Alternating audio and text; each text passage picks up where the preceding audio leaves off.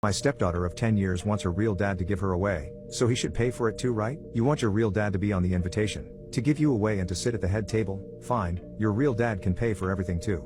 My stepdaughter will be getting married on August 3rd. The wedding planning has consumed most of her and her mother's life. I say her mother because we aren't married, though we've lived together for 10 years, for the past 6 months.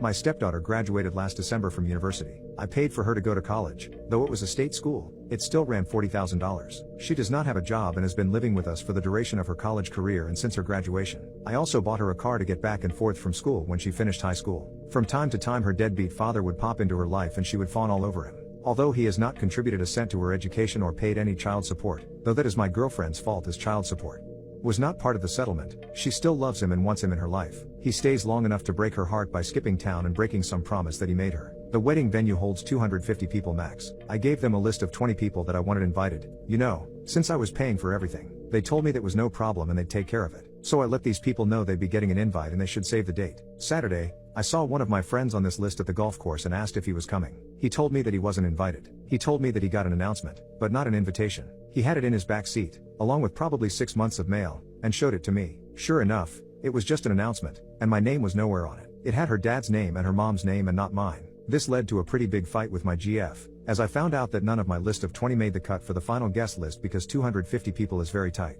I was pissed, but not a hell of a lot I could do because the important people in my life had already been offended. My GF said if some people didn't RSVP, yes, I might be able to get a couple people in. But that is an ultimate slap in the face in my opinion. So, I was boiling on Saturday. Yesterday, we had a Sunday dinner with the future in-laws family and us and a surprise guest, the real dad. At this little dinner my stepdaughter announced that her real dad was going to be able to make it to her wedding and that now he'd be able to give her away. This was greeted with a chorus of "Oh how great and how wonderful s." I don't think I have ever felt so angry and so disrespected. I was shaking. I took a few seconds to gather my composure, because I honestly wasn't sure if I would cry or start throwing punches or both. Once I was sure I'd be able to speak I got up from my chair and said I'd like to make a toast. I can't remember exactly what I said but the gist of it was this. I'd like to make a toast. The sound of spoons against glasses ring in my ears. It has been my great pleasure to be a part of this family for the past 10 years. Aw, how sweet. At this point in my life I feel I owe a debt of gratitude to bride and groom, because they have opened my eyes to something very important.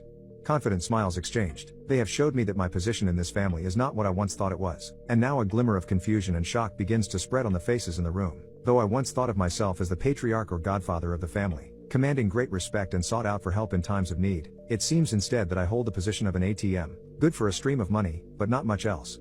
As I have been replaced as host, both on the invitations and in the ceremony, I am resigning my financial duties as host to my successor, real dad. So cheers to the happy couple and the path they have chosen. I finished my drink. You all can let yourselves out. Is this selfish? I'm supposed to shell out 40 to 50 grand for a wedding that I can't invite anyone to? That I am not a part of? I'm so done with this crap. I'm done with my stepdaughter. I'm done with my GF. I transferred the money out of our joint account last night. She has not had a job since she moved in with me. This morning I called all the vendors I had written checks to for deposits to refund my money.